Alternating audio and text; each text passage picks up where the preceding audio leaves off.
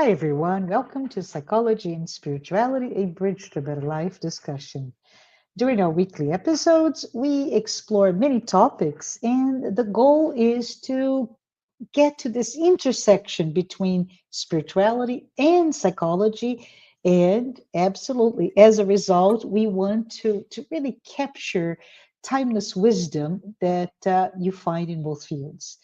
My name is Marcia Trajano, and with me today are my wonderful friends, Dr. Anahy Fonseca and Jussara Korngold, who will embark with me in a discussion about the unconscious.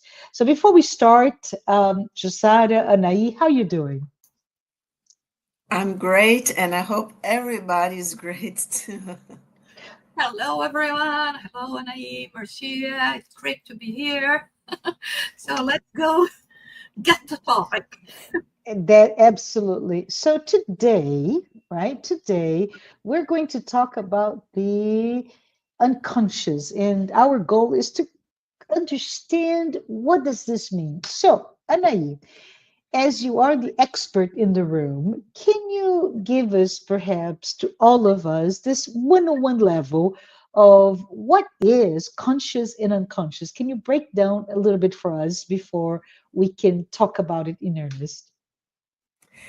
Okay, so, well, everyone, in a very simple way, so that we can start discussing the topic, the consciousness, right, is everything that we perceive in the world inside of us and also outside of us.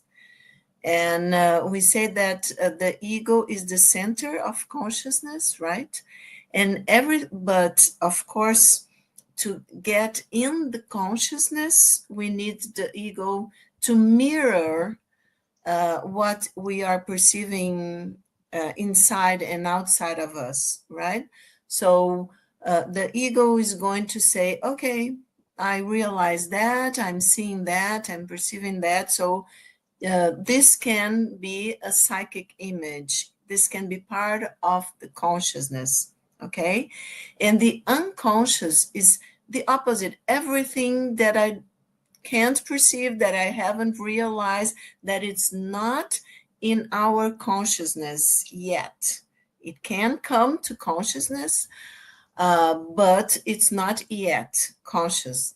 So I think this is a very simple way to understand that we have a consciousness, that Mhm. we have the ego consciousness, the center of consciousness, according to Jung, that is going to say what can enter in consciousness and what is not allowed, and everything that is not allowed to enter in consciousness and it's not perceived by the ego, right, and the consciousness will stay in the unconscious. Yeah, I'd love to for us to dive into many academic definition because that's how I think, and but I remember one time you mentioned um, the ego. We could think about it as this gatekeeper of the castle, right? Do you Yeah, remember talking to me I so long remember ago? that.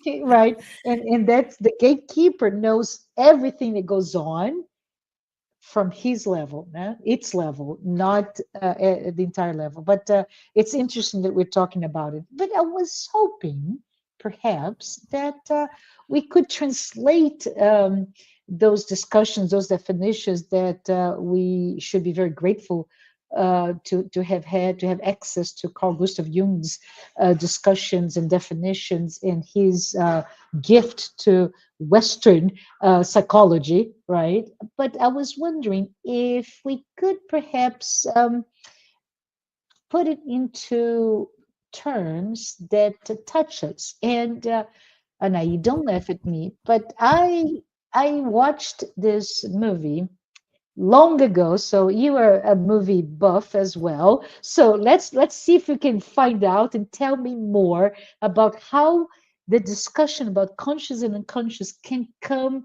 from the lens of a very silly movie, right? It's a comedy, it's a fantasy, Hearts and Souls. So Heart and Souls is a 1993 Ron Underwood movie, and as I said, maybe we could explore it within the comedy, the fantasy, etc. But explore it because it brings us some interesting spiritual themes, and while light, very meaningful to us. So before we start, just to make sure that you remember, Anahy and Jussara, the story goes as follows. In 1959, yes, long ago, there are four strangers, right? And they all happen to be in a bus, and they all die in this bus, this accident. It was in San Francisco. And as they die, at the same time, this is the plot, a baby, Thomas, is born. So somehow, fiction, the four souls mysteriously become attached to Thomas, and they are able to show up. So visible, audible to Thomas, but nobody else, right? So you all can tell that we're talking about the phenomenon that many of us call the imaginary friends. So as a child, Thomas interacts with those imaginary friends, but there are things that start to happen, and his parents get concerned about his behavior.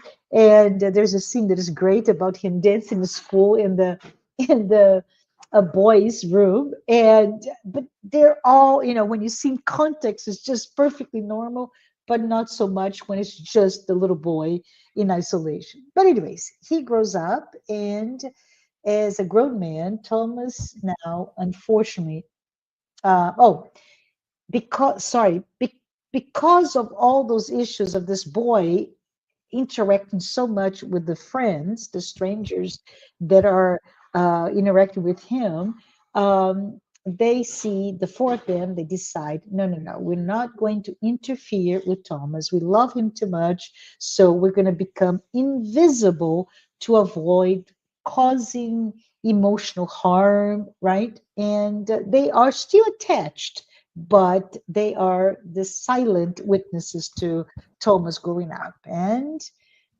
as he grows up, as I was saying, he becomes this self-centered, emotionally disconnected, and he's a businessman, I think. Um, plot twist. Plot twist here. The four imaginary friends reappear to Thomas as a grown man when they realize that they need his help. Right, that's the plot. And why do they need Thomas's help? Because they have unfinished business on Earth, and they cannot move on until those unfinished business are come to solution. So Thomas, of course, he doesn't know, he doesn't remember, he's reluctant, but through their persuasion, right, he finally agrees.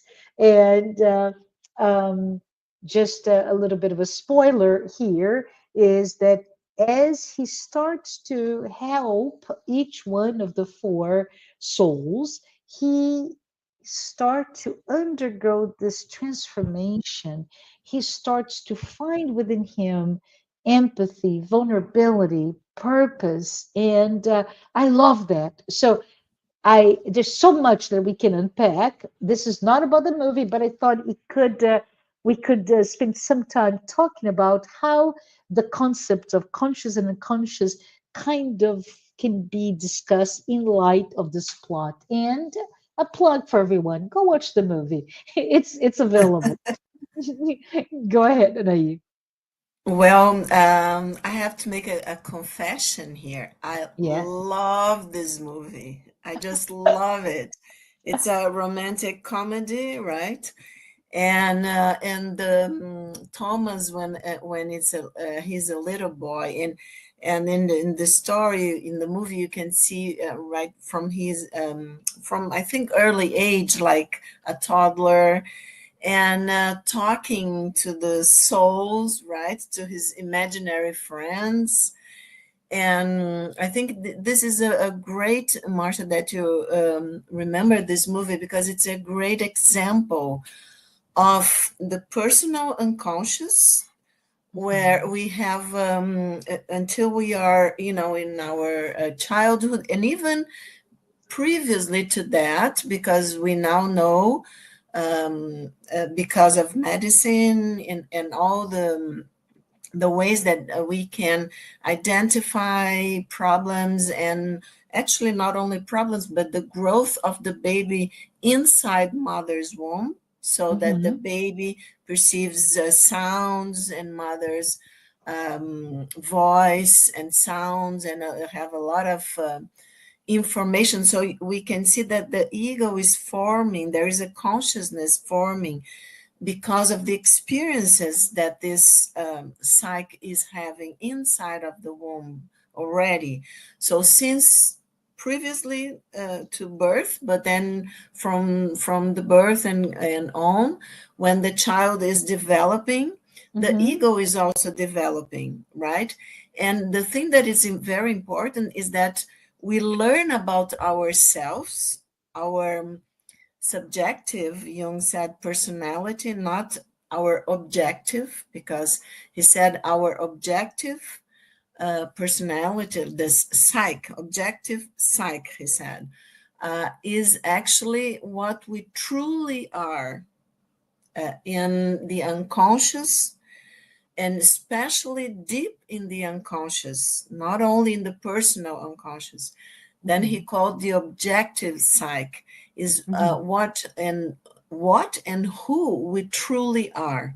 But Mm-hmm. here in consciousness with the ego, we have the subject um, psyche, that it's how we think about ourselves.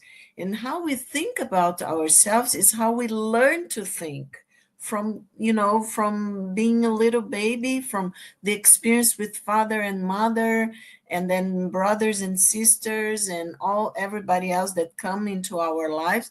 So we start realizing and having experiences, especially in early childhood with father and mother, that is the basic and the Mm-hmm. basis of the personality, right? Mm-hmm. So all the memories, thoughts, images, right, that we, and of course together with emotions, because then everything like has goes to an archive, Mm-hmm. memories, thoughts, emotions, images of our experiences, especially in early childhood with mother, father, and other people, important people in the child's development. So what happens is that Jung called, we inside of us, in the personal unconscious, all these experiences together with the emotions that accompany them form our complexes. And the main complexes are the mother and father complex and the child within, right? Mm-hmm. So, in this beautiful, and I think it's beautiful and funny, and Yeah. it's really cute movie. So, in this movie, we can see what happens in the personal unconscious, because the child, and Thomas, when he was a child, he felt loved, not only because he had a father and mother, because he had four really close friends. And And can I add what I yeah, go ahead. thought? Yeah, that because there are four, right? So Yeah. it's a single mom, a failed singer, a woman who is a younger woman who is always talking about the regrets about her love life, and one who's a thief, who's just this, but from the symbolism to me, and I don't know if you're going to bring me to that, right? It's about maternal love. It's about um, the singer. It's about the idea of self-expression and purpose. that woman about love. It's about, I love this, about what is the cost of missed opportunities, right? And how important, what's the value of forgiveness?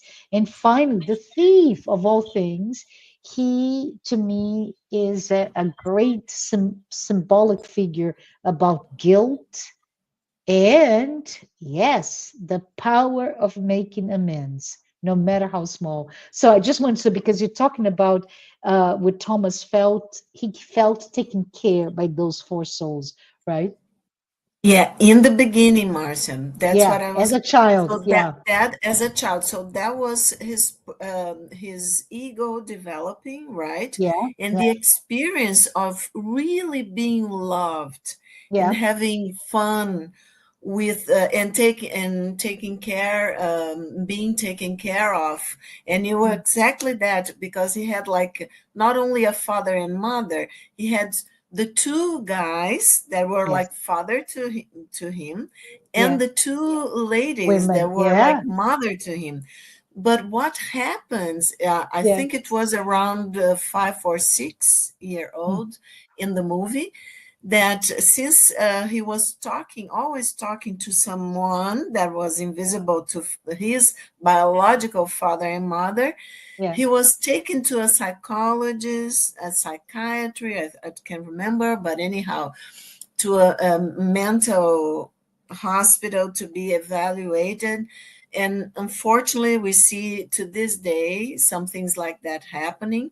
But we can talk later if you guys want. But the yeah, important thing is that the souls understood that he was being marked as a strange, like in The Sixth Sense, other yeah, yeah, beautiful movie. So, like yeah, a strange child, probably like psychotic. yeah, He would be a psychotic. In the future, it's schizophrenic or something like that. So, what happens is that the souls that they loved him so much, they were there since he was born, right? yeah, And so what happens that they decide, as you said, to get invisible. So he wouldn't they wouldn't bring more problems to his life. But at this point, when they come to say goodbye, he was a child. He couldn't understand why they are friends, and like they were like fathers and mothers to him, yeah, were going away. And so he felt he had a trauma. He felt betrayed, right? And he shut down his emotions and his feelings towards others. We could say, in a psychological sense, that he developed a narcissistic, defense of the he closed to other people, the hmm, relationship and empathy and all of that. yeah, So he develops kind of I wouldn't say a narcissistic personality like in a psychiatry diagnostic, but he had a narcissistic way of being, and he developed that yeah, towards others without empathy, without compassion, and all of that. Being very successful, material success in his life, right? hmm, hmm, But with a lot of difficulties to relate to other people. But what I wanted to say is that in his personal unconscious, all that experience of not being loved enough yeah, as he felt, right? yeah, Of being betrayed in his love and the care that he was being given, made him develop this kind of defense to protect himself. yeah, But what happens is that, as you were saying, deep in his unconscious, as Jung says, and Joanna, we have the collective unconscious, we have hmm, the archetypes, the universally recognizable patterns of behavior yeah, that are fundamental in our human experience. And we can understand, for instance, the regret, the sorrow, the experience of being left alone and Mm-hmm. feeling angry. Mm-hmm. These are archetypal experience because all of us at some point are going to feel that. So I Mm-hmm. think it's great the way that the movie brings an example of both personal unconscious, Yeah. that the way that the child develops and the way that the complexes are formed, that they can be positive or they can be negative, and it's kind of a balance between that, or unbalance, we would Yeah. say, Yeah. between good and bad experiences, right, in our childhood, especially, but also this deeper dimension of our unconscious that we call, and Jung called the collective unconscious, the transpersonal dimension of the psyche, where we find the archetypes, this universally recognizable patterns that all of us experience. So you see that the souls also have their problems, and they had to solve the problems, and they need each other, they need Thomas to solve them. Yeah. But we could say that the soul's problems, the characters, the four characters, were in their personal unconscious, because it was related to the experience, the previous experience in life. Mm-hmm. But, and I would love Jussara to comment now Yeah. because it's your area, Jussara. But of course, because they were also archetypes, right? The Mm-hmm. story of each one, the single mother that has Yeah. to work so much, and Yeah. there is always word with her children, Yeah. right? And feeling alone, and Yeah. having all the responsibilities, and the other lady who couldn't figure out what was more important, the love of her life, or her career. And that Yeah. was the problem. And the other one that was a singer but could not sing, and it was his dream to sing to a great audience, so the inferiority complex. And the other one who had moral issues, right? Because he stole some stamps from a little boy. So Yeah. he was feeling very guilty. So, Jussara, do you think that this kind of conflicts that all of us can undergo at some point is just from one life? Or what do you think, what Joanna says about that? Yeah, it's oh, it's so interesting. I was laughing to hear both of you talking and talking about the movie and how much this brought to my mind the feeling of sometimes we go in the streets and we see people like they wear, I don't know, pieces of wood in a chessboard. Something, they're minding their own little square. But when we go and dive deep into, like now we are going into the life of Thomas and this idea in the movie of somebody else, how each person is so rich. There is so much behind each person, and we don't see that. Sometimes we are so much just looking at ourselves or our circle of friends, and we forget about the emotions and feelings of other people. And one thing is, when we are talking about Thomas, and it's just so complex. I was here thinking, uh, the the emotional sadness that he had to go through when all of a sudden he lost the four friends, right? And Yeah. this would impact him, and we can see that in the movie.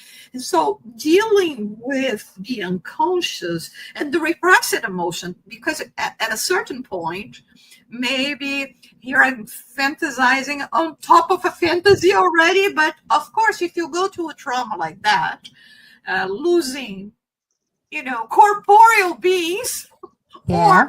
corporeal beings, you Yeah. go through emptiness, through sadness, right?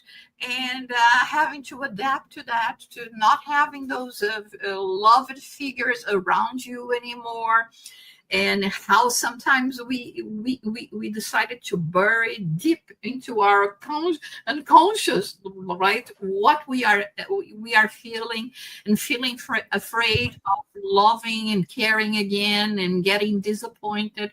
So from the spiritual perspective, we know that in terms of the unconscious, what we have in our conscious is not only related to the experiences we had in life. Like, for instance, this is very clear here.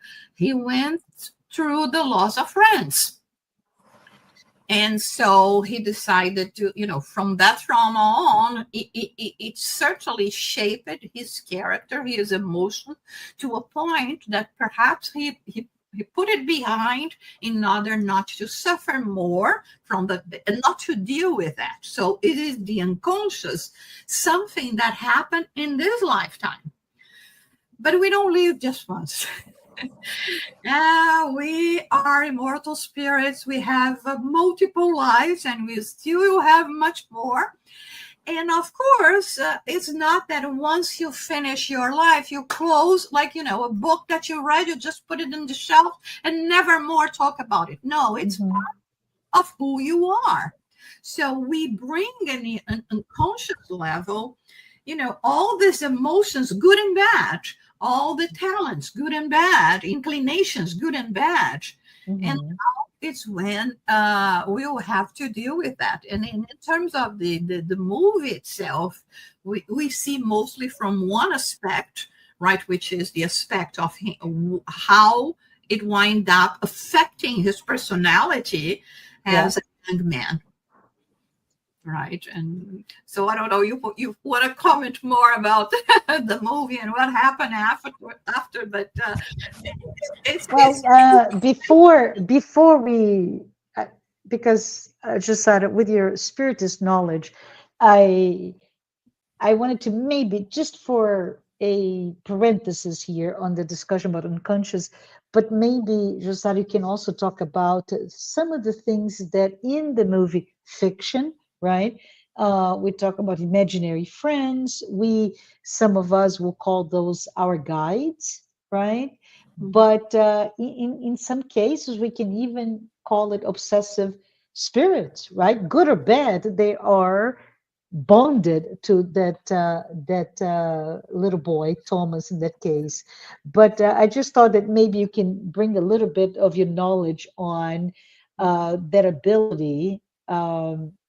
For us to be connected with our inner guides, or to obsessing spirits. What are your thoughts?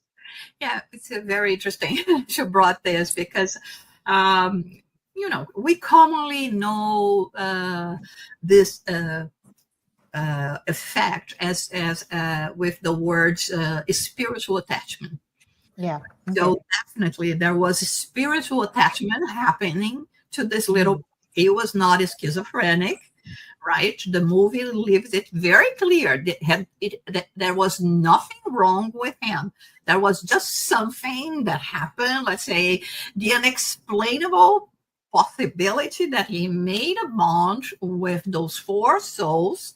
And from that point on, he was able to, see them, communicate with them, basically also feel the emotions that they were feeling, because they were so basically attached together. So when you talk about spiritual attachment, very quickly, there can be good, bad, and neutral. I would classify what was happening to him as being a neutral effect. There was not necessarily, at least not at the beginning, a purpose of, harming him. On the opposite.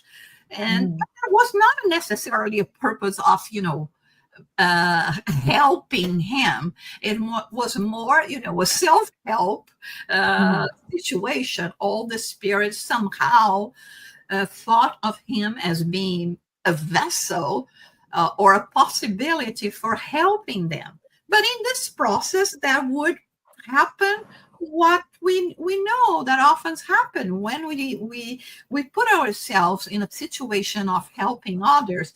We think we are helping others, but at the end of the road, we see that we were helping ourselves. Yeah. In learning, in the process, in healing our souls from perhaps experiences that were there in the unconscious level, but similar to this, what the spirits are presenting. So we see this clearly. So I would not go as far as saying that they were his protectors or guardian angels, because that is not the case. But this spiritual attachment, neutral one, that became this bond that led to a necessity of one helping another through this fraternal friendship way, friendship way, which is very possible, and it's what something normally happens. We just don't go away or discard our loved ones. As much as possible, we will try to be close to them, to help somehow. Yeah. So I'm going to go back to Anahy, because the movie is just brings so much for us to think about it. And Anahy, you beautifully discussed how the movie demonstrates the conscious and the unconscious through that the upbringing and the growth of Thomas, in this case, the fictional character. But I think it's important maybe for us to, if you can, talk about those aspects of our psyche when they are unresolved, because we talked about in the plot unfinished business. But I was thinking from your perspective, if we can talk about the unresolved, and I'm doing air quotes here, it could be regrets, guilt, shame, missed opportunities, right? How can we talk about that a little bit, about this sense of growth, in psychologically speaking, beyond what's unresolved? Is there a correlation that maybe we can talk about here? Yes, I think it's very important thing that, and also putting together what Jussara said, we are, because in psychological terms, we could also think of those souls as being part of the psyche, Yeah, right? yeah, that's what I was, Because yeah. yeah, Mm-hmm. they were so connected to each other, right? Mm-hmm. And to Mm-hmm. Thomas. Yeah. And they stayed there as souls connected to him for many, many years, since he was a child. Mm-hmm. And then all through his adult life until he's a grown-up man. Mm-hmm. So all the unresolved, let's say, aspects of our personality that we bring right side with us to Mm-hmm. this life. Mm-hmm. So it is in our personal unconscious, of course, because we are going to have a father and a mother, and we are going to have certain experiences in our childhood Mm-hmm. that, of course, they lead us, let's say, to live some experiences that are going to determine the way that we live this life, right? So what Jung says, and also Joanna, and I was listening to you guys and thinking about the individuation process that we have talked many times here. But what is the individuation process from a psychological and spiritual point of view, putting together everything? It's like Mm-hmm. Jussara said, we are immortal beings living this material experience to evolve, to develop our consciousness in a higher way, let's say, right? Higher aspects of our consciousness. So what is important is that we are not doing this alone. It's a kind of a duality, because we are, of course, developing our individuality, but at the same time, we need each other. because we need each other like a mirror also, right? To the way that we are thinking about ourselves. So we need the relationship. We need, Hmm. to feel things, even projection, the mechanism of defense of projection that Freud thought was so, neurotic, because you are projecting aspects that are denied or repressed in our personal unconscious, Uh-huh. and you are projecting them onto other people or situations. So that would be for Freud, neurotic behavior. But Yeah. for Jung, he said, okay, in terms of a personal individual, yes, you can say there is a Uh-huh. neurotic pattern because you Uh-huh. keep repeating that. Uh-huh. But he said, when you project, you also are kind of looking in a mirror, because through Yeah. projection, you are going to live Yeah. uh, your conflict, your inner conflict in real life, in real, not real for the ego, okay, but Yeah. in the outside world. So then you are going to have to realize, unfortunately, yet at this point, through some kind of conflict, some Yeah. kind of suffering, but then you will realize at some point, living this life and not being afraid of connecting to with each other, right? Having the experiences, having the emotions that go with the experience, these experiences of being intimate with people, friends and partners, and family members, Mm-hmm. even sometimes arguing and being upset with but all of these are so important for us Mm-hmm. to realize what is inside of our inner world, and what experience, as Jussara said, we bring with us from past experiences, other lives, that we should live again in a different way and try to learn better about ourselves and about others. And Mm-hmm. at the end, Joanna said, because she has a book, a beautiful book, Love, Unbeatable Love, right? Yeah. Yeah. All about love. So it's all about this force within us Yeah. that she calls a deotropism, so a movement towards God, towards this totality, and that we call God, this creator Yeah. that we are part of, right? So it is a movement of evolution. So I think, going back to the movie, that it was a process of healing of Yeah. those souls, but also of Thomas' soul, of his psyche.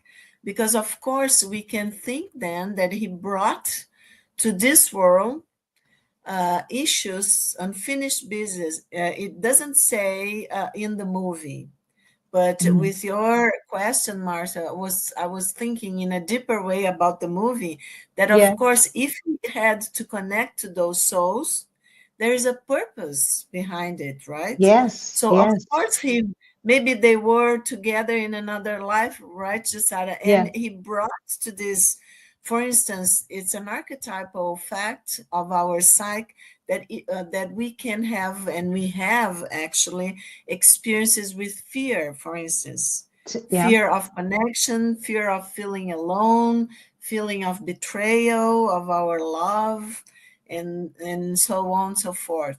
So of course we can think that Thomas brought to this life an issue, for instance, of, okay, I will learn more about love, about empathy, Correct. about the Yeah. need for connection. Mm-hmm. So, and can you help me, guys? Or they were from a past family, Yeah. spiritual family. Okay, Yeah.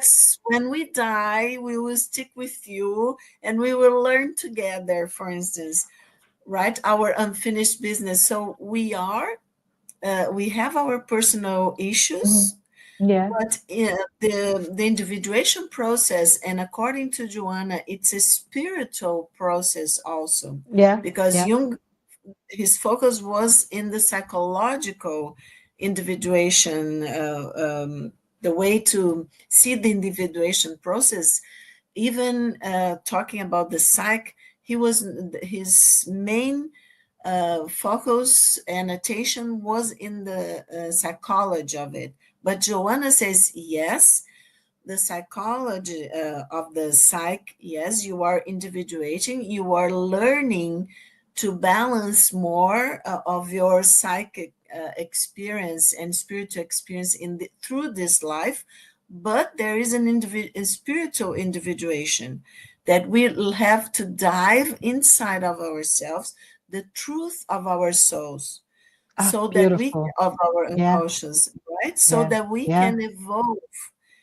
I hope someday I can be, well, don't laugh at me, but in my spiritual journey, maybe I will be someone's guardian angel. That will be an upgrade.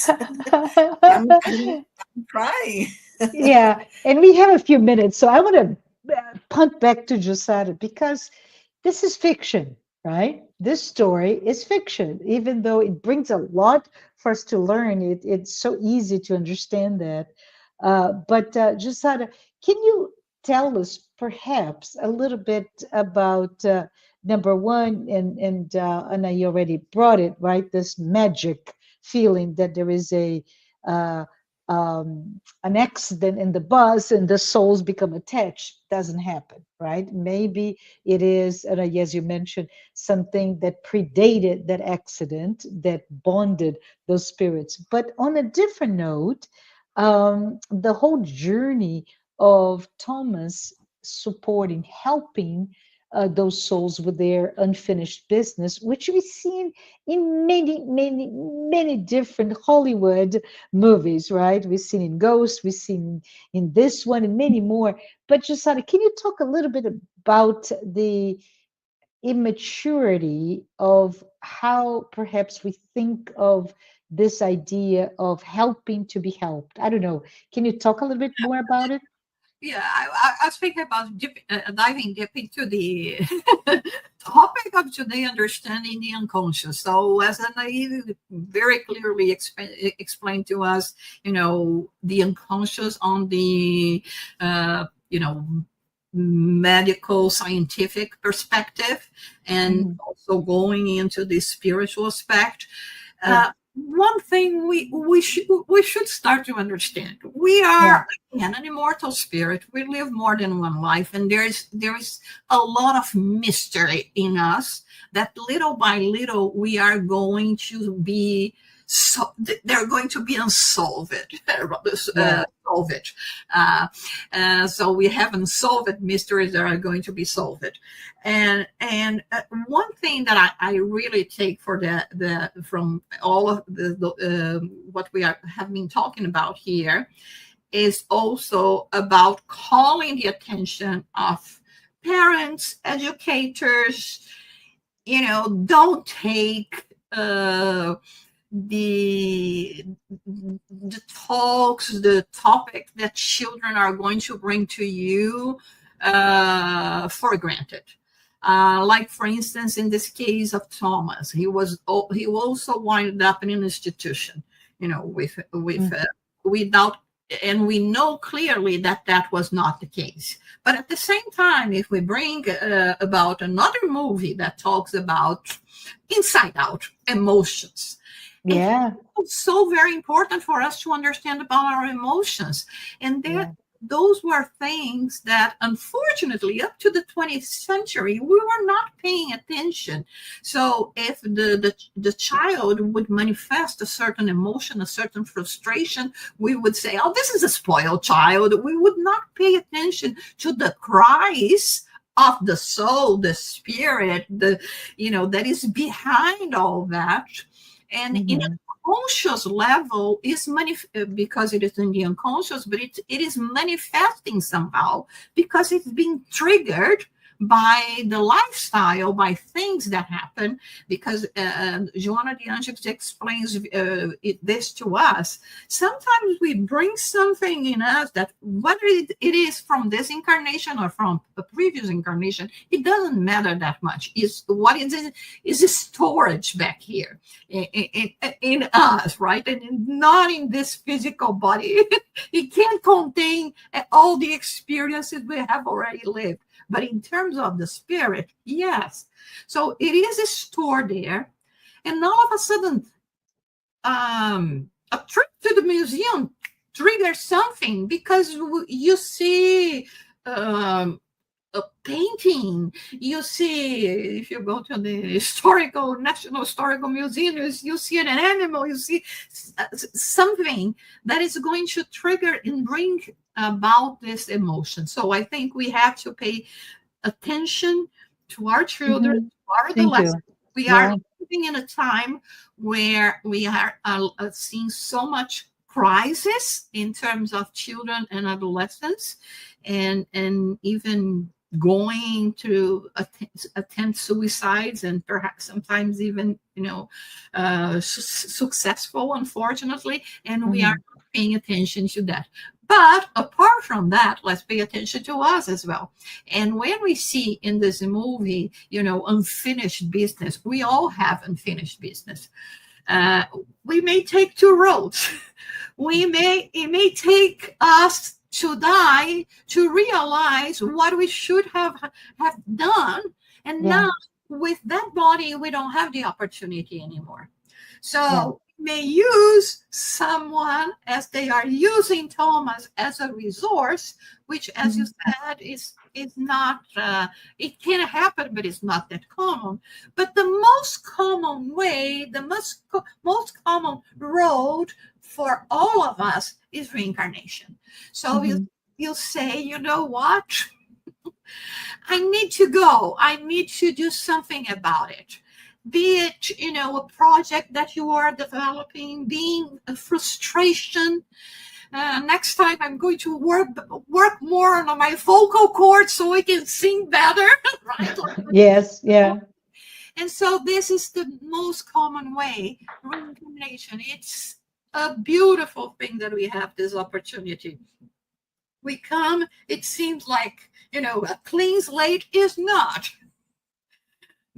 All of what we lived before is stored here, and all of a sudden it comes, like you said in Thomas, this need to, maybe I ask it to, to have some experiences in order to grow this virtue.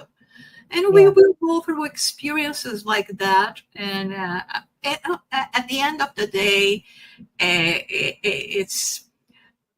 it's beautiful that there is all this opportunity, and at the same time that there is so many mysteries we have to solve.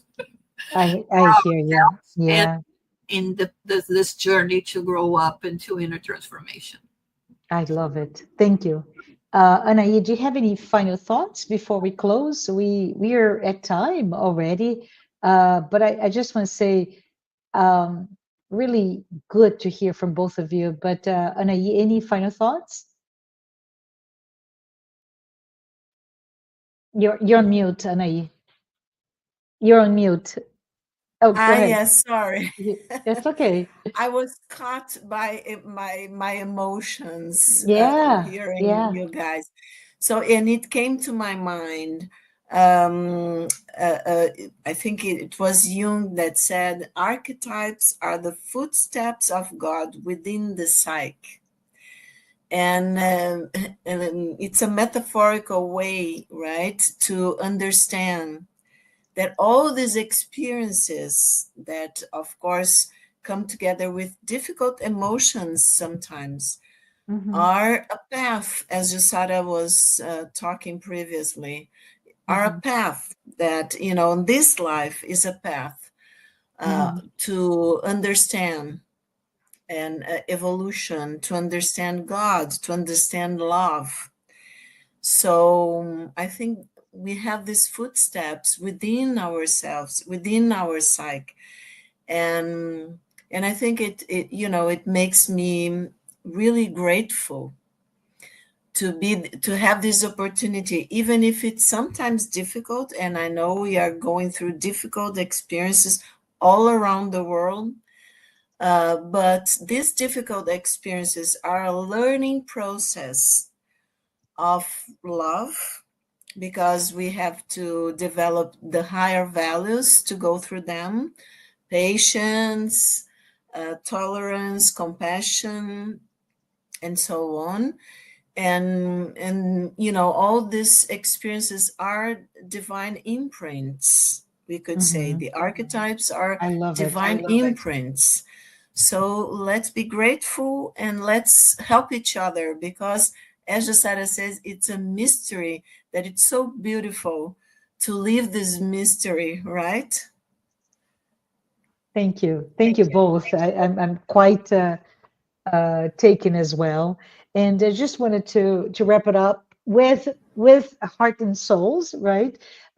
Because it's very interesting when we talk about Thomas and his journey, right? His path of emotional healing, and he goes from denial to repression. We know all of it. We talked about it, to integration, to connection. So he helped and he was helped. And I love it because psychologically speaking and spiritually speaking, we're talking about inner transformation through love, as you said, and through empathy, through service. So if we can bring those teachings that is in a simple, easy to watch movie, right? If we can bring all of this together, let us learn that we should really embrace ourselves holistically, right? Our past, our present, our future. And as Jussara called out, many children, many teenagers are going through crisis. So if you are perhaps going through some suffering, some pain today, let's all remember we're not being punished. We're just in the path to our own transformation. If you need help, seek help. But this is a beautiful opportunity, as Anahy mentioned, for us to really grow, to really transform. Huh. If this is the first time you listen to a program, please note this is a weekly program, The Psychology and Spirituality, and they're based on the works by Joanna de Angelis. We talked about many different people, including Freud and Jung, etc. But the work is really found as well in the psychology series of Joanna de Angelis. And we hope that you're able to perhaps get some nuggets of understanding of spiritual and psychological concepts. I want to thank you both, Jussara and Anahy. I really appreciate you being here with me. I also want to thank our sponsors, Mansão do Caminho, the United States Spiritist Federation, the International Spiritist Council, and AMI Brazil. We'll be back next week, and I hope to see you then. Bye, everyone. Bye bye.